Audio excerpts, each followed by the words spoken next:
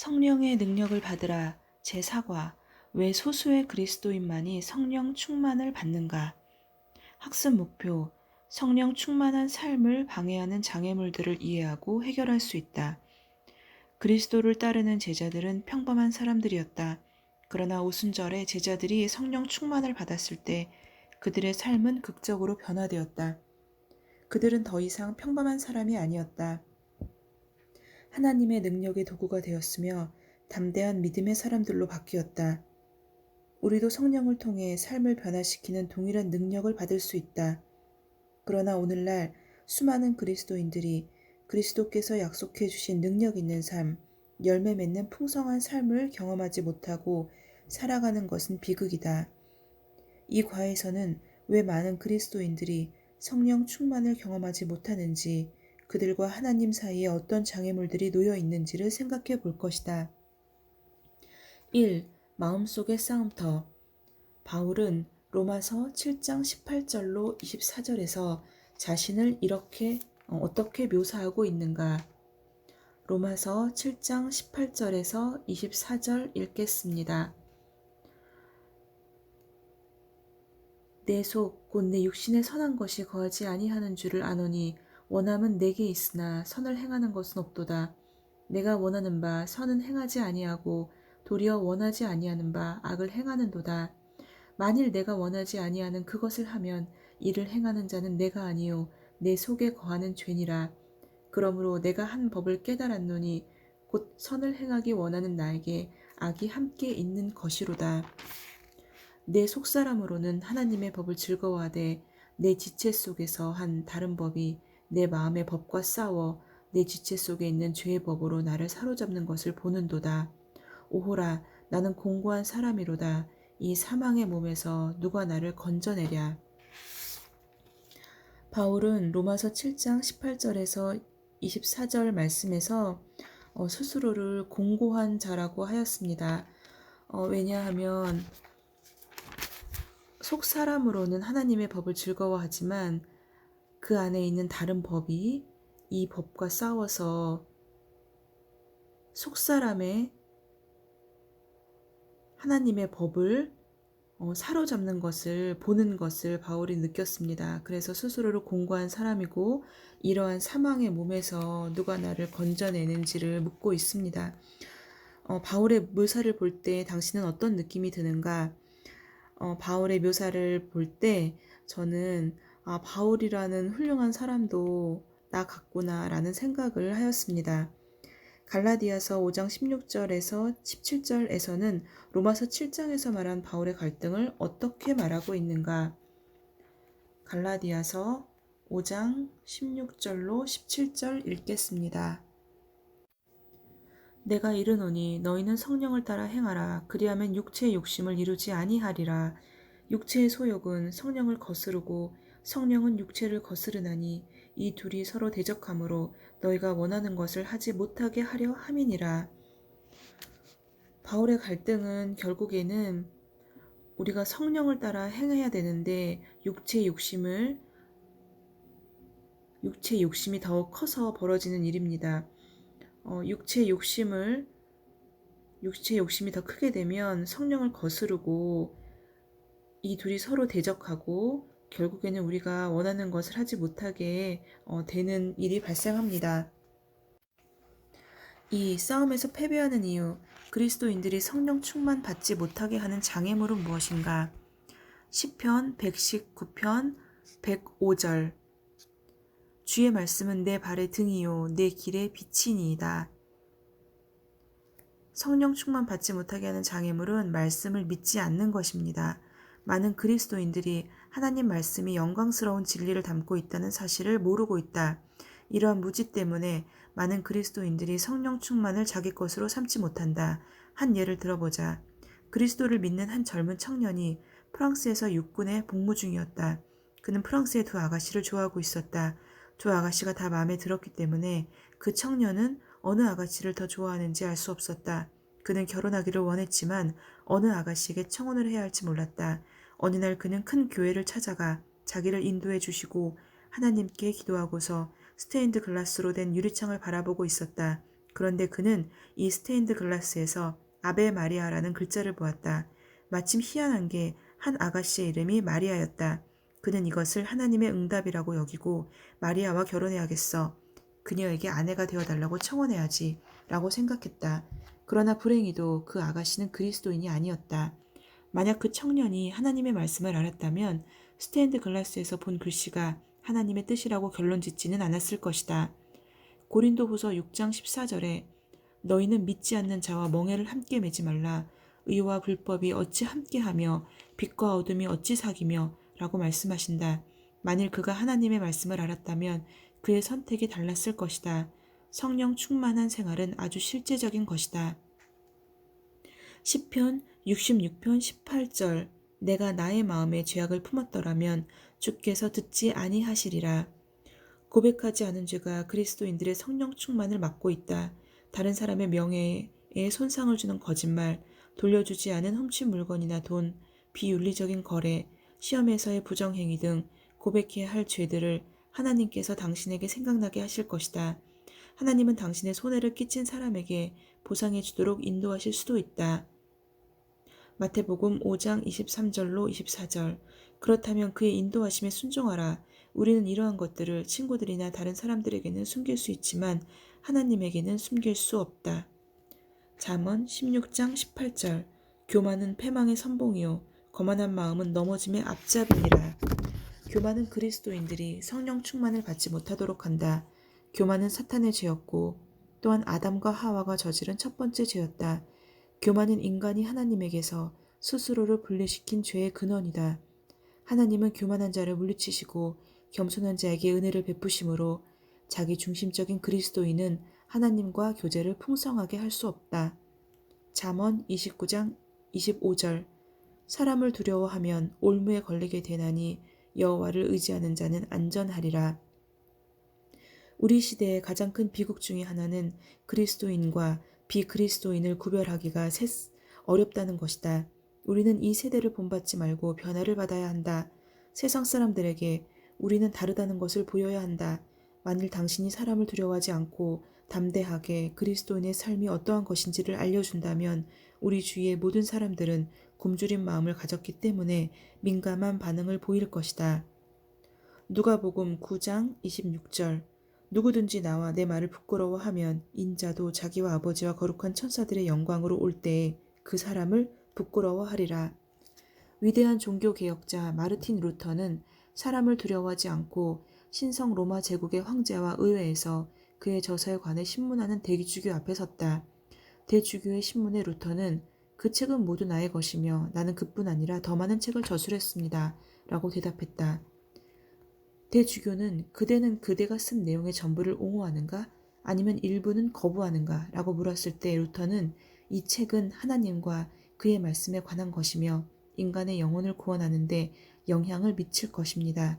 그리스도께서 누구든지 사람 앞에서 나를 부인하면 나도 하늘에 계신 내 아버지 앞에서 그를 부인하리라 고 말씀하셨습니다. 라고 대주교에게 대답했다. 대주교는 루터에게 하루를 더 생각하도록 했고 이튿날 그의 진술을 취소하도록 요청했다. 그러나 루터는 성경 말씀에 따른 명백한 이유로 정죄되지 않으면 나는 교황과 이 의회의 권리를 받아들이지 않겠습니다. 왜냐하면 성경과 이 회의는 서로 상반되기 때문입니다. 나의 양심은 하나님의 말씀에 사로잡혀 있습니다. 양심을 거스르는 일은 옳지 않고 안전하지도 못하기 때문에 나는 아무것도 취소할 수 없고 취소하지도 않겠습니다.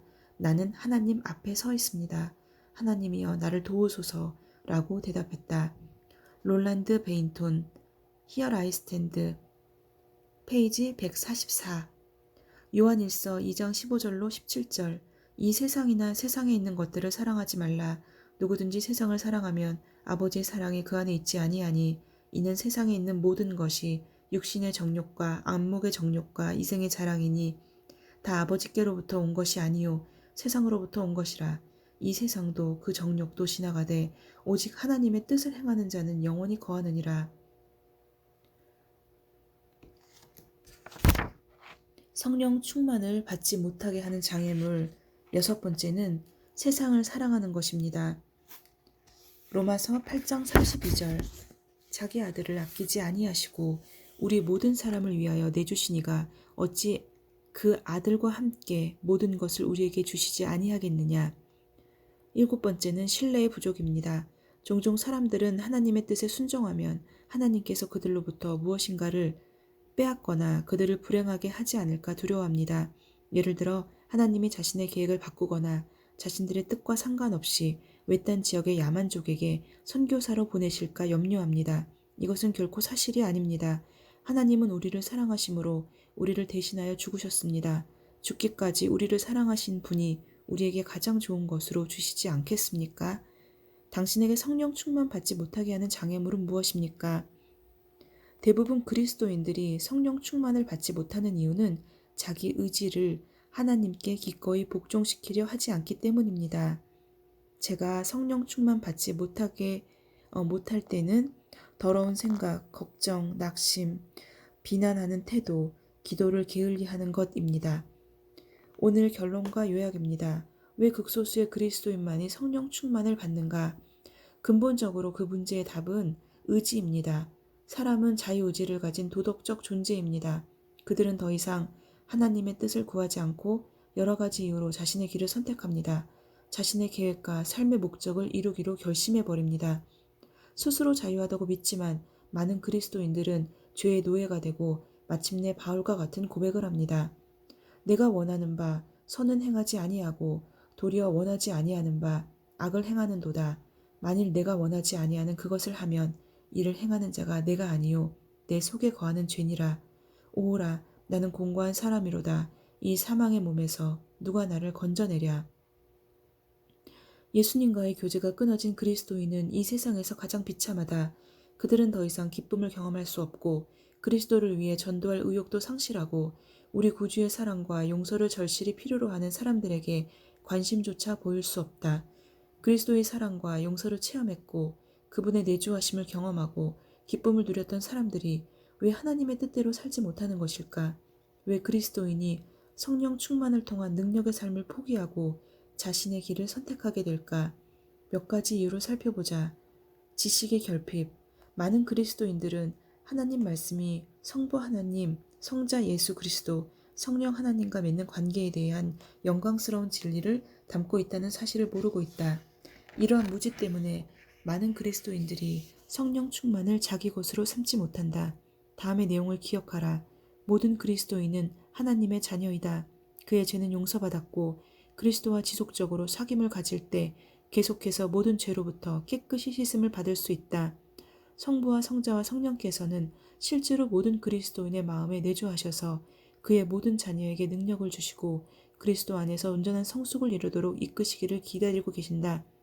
또한 우리는 믿음의 근거가 되는 하나님의 속성을 잘 모르고 있다. 우리의 믿음의 대상이신 하나님의 속성을 잘 아는 것은 매우 중요하다. 하나님은 주권자이며 영원하시다. 성경은 그를 처음이요 나중이라고 표현한다. 그는 시작도 끝도 없으신 분이다. 공간과 시간을 초월하여 스스로 존재하시는 분이다. 하나님은 거룩하시다. 그분만이 완전히 순결하시며 악이 전혀 없으시다. 하나님의 거룩함은 죄를 용납할 수 없기에 하나님과 사람 사이에 그의 아들 예수 그리스도를 통해서만 건널 수 있는 커다란 간격이 생겼다. 하나님은 사랑이시다. 그분의 완전한 사랑의 표현은 예수님이 우리 죄를 위해 죽으신 십자가에서 볼 수 있다. 하나님은 신뢰할 만한 분이시다. 그분의 진리는 그분의 인격과 불가분의 관계이다. 정직한 순전함은 하나님 자신에게 속하는 본질적인 요소이다. 그분이 거짓말을 하거나 잘못 인도하는 것은 불가능하다. 하나님은 전능하신 분이다. 그분은 만물의 공급자이시며 유지하시는 분이다. 창조주로서 그분은 우리의 삶에 친밀하게 관여하신다. 하나님은 전지하신 분이다. 그분은 모르시는 것이 없고 어떤 일도 그분을 놀라게 할 수 없다. 하나님의 속성을 잘 아는 것은 그리스도인으로서 우리가 생각하고 말하고 행동하는 모든 것에 영향을 미친다. 우리는 그분의 형상으로 만들어졌고 그분은 우리가 정말 그분을 잘 알기를 원하신다. 하나님을 잘 알고 그분을 닮기 위해 간절히 구하면 주 예수 그리스도를 통해 우리는 그분을 더욱 닮아가게 될 것이다. 교만. 하나님은 교만한 자를 물리치시고 겸손한 자에게 은혜를 베푸시는 분이시기 때문에 자기 중심적인 그리스도인은 하나님과 교제를 갖지 못한다. 두려움. 베드로전서 2장 9절은 다음과 같이 말하고 있다. 그러나 너희는 택하신 족속이요 왕같은 제사장들이요 거룩한 나라요 그의 소유된 백성이니 이는 너희를 어두운 데서 불러내어 그의 기이한 빛에 들어가게 하신 자의 아름다운 덕을 선포하게 하려 하심이라. 기억하라. 여호와는 자기를 경외하는 자들과 인자하심을 바라는 자들을 기뻐하시는도다. 숨은 죄. 수많은 그리스도인들이 고백하지 않은 죄로 인해 성령 충만을 받지 못하고 있다. 우리는 죄를 친구들이나 다른 사람에게는 숨길 수 있지만 하나님에게는 숨길 수 없다. 하나님이 이를 알아내시지 아니하였으리까. 무릇 주는 마음의 비밀을 아시나이다. 당신이 용서하지 않은 사람이 있는가? 그렇다면 하나님도 당신을 용서하지 않으실 것이다. 그러나 주님이 우리로 죄를 깨닫게 하실 때 하나님께 고백한다면 그는 우리를 용서하시고 깨끗게 하실 것이다. 세속적인 마음. 많은 그리스도인들은 물질을 사랑하고 세상 풍습에 적응하여 살려는 욕망 때문에 성령 충만을 받지 못한다. 사람은 잠깐 살다가 이 세상을 떠난다. 그리스도인으로서 우리는 그리스도의 지상 명령을 성취하기 위하여 우리의 시간과 재능과 물질을 어떻게 사용했는지 종종 주의 깊게 평가해 보아야 한다. 한 사람이 두 주인을 섬기지 못할 것이니 혹 이를 미워하고 저를 사랑하거나 혹 이를 중히 여기고 저를 경히 여김이라. 너희가 하나님과 재물을 겸하여 섬기지 못하느니라. 너희는 먼저 그의 나라와 그의 의의를 구하라. 그리하면 이 모든 것을 너희에게 더하시리라. 하나님께 대한 신뢰의 부족. 하나님께 대한 신뢰의 부족으로 말미암아 많은 그리스도인들이 그들의 의지를 하나님께 완전히 양도하지 못해 성령 충만을 받지 못한다. 나는 그 두려움을 갖고 있던 한 대학생을 똑똑히 기억한다. 그는 하나님이 자신의 계획을 바꾸실까봐 두려워했다. 함께 대화하는 동안 나는 그에게 하나님의 사랑이 너무 커서 독생자를 보내어 그의 죄를 위해 죽게 하셨다는 것을 상기시켜 주었다. 우리는 예수님이 그를 너무 사랑하셔서 기쁘게 십자가에서 자신의 목숨을 주시고 그를 위해 피 흘려 주신 것에 대해 이야기했다. 그리고 나서 나는 그에게 하나님을 믿을 수 있겠는가? 하고 물었다. 그는 나는 그런 식으로는 한 번도 생각해 본 적이 없었습니다. 나는 그를 믿을 수 있고 믿겠습니다. 라고 대답했다. 이 젊은이는 결국 신학교를 마치고 CCC 간사가 되었다. 그는 내가 아는 그리스도인 가운데 가장 풍성한 열매를 맺으며 승리하는 그리스도인이다. 당신은 자신의 생명과 사랑하는 사람들과 돈과 장래와 모든 것을 하나님께 맡길 수 있다. 그분은 사랑의 아버지시고 그분의 사랑은 세상 어느 아버지의 지혜보다 현명하고 세상 어느 어머니의 부드러움보다 부드럽다. 매일 매 순간 당신의 전생애를 하나님께 맡기는 것을 두려워하지 말라. 그는 당신을 성령으로 충만케 해주실 것이다. 내게는 사랑하는 두 아들이 있다. 그들이 아주 어렸을 때 나에게 와서 아빠, 우리는 아빠를 사랑해요. 어떻게 하면 아빠에게 이것을 알릴 수 있을까? 하고 종일 생각했어요. 그래서 아빠가 원하시는 모든 것을 해드리기로 결심했어요. 라고 말했다고 가정해보자. 내가 어떻게 반응하겠는가? 얘들아, 아빠는 바로 이 순간을 기다려왔단다. 아빠가 원하는 것은 무엇이든지 하겠다고 했으니 이제 나는 너희들을 방에 가두고 너희가 아끼는 모든 물건을 버리고 너희들이 가장 하기 싫은 일을 시키겠다. 이 도시에서 가장 불쌍한 아이들을 만들어 버리겠어 라고 말하겠는가? 그렇게 말하는 아버지는 한 명도 없을 것이다. 오히려 나는 감격하여 그들을 향한 나의 사랑을 훨씬 더 크게 나타내도록 노력할 것이다. 마찬가지로 하나님 아버지도 우리의 의지와 우리의 모든 것을 내려놓는 순간 우리의 삶을 축복하시며 풍성하게 하실 준비가 되어 있다. 하나님께 대한 신뢰의 부족과 실패의 경험들로 인해 많은 그리스도인들은 성령 충만한 삶의 기쁨을 누리지 못하고 있다. 아마 당신은 내가 성령 충만을 받기 전에 또 모든 패배와 좌절을 극복하여 승리할 수 있지 않을까라고 생각할지도 모른다. 절대로 그렇지 않다. 예수 그리스도만이 당신의 죄를 용서하실 수 있는 분인 것처럼 성령만이 우리의 실패와 연약함을 뛰어넘는 능력과 승리를 주실 수 있는 유일한 분이시다. 오늘의 적용입니다. 이 과에서 당신에게 가장 의미 있는 것은 무엇인가? 마음속에 싸움터가 있고 그것이 결코 나만 그러는 것이 아니고 인간으로서는 모두들 그렇게 성령의 충만을 가로막는 것들을 가지고 있다는 것을 알게 되었습니다. 당신은 앞에서 성령 충만 받지 못하게 하는 장애물들을 나누었다. 이것을 극복하기 위해 어떻게 하겠는가? 결국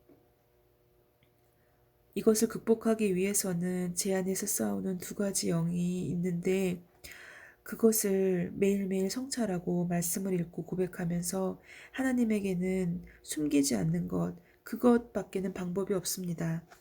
오늘의 외울 말씀은 요한일서 2장 15절로 17절. 이 세상이나 세상에 있는 것들을 사랑하지 말라. 누구든지 세상을 사랑하면 아버지의 사랑이 그 안에 있지 아니하니 이는 세상에 있는 모든 것이 육신의 정욕과 안목의 정욕과 이상의 자랑이니 다 아버지께로부터 온 것이 아니요 세상으로부터 온 것이라. 이 세상도 그 정욕도 지나가되 오직 하나님의 뜻을 행하는 자는 영원히 거하느니라. 아멘.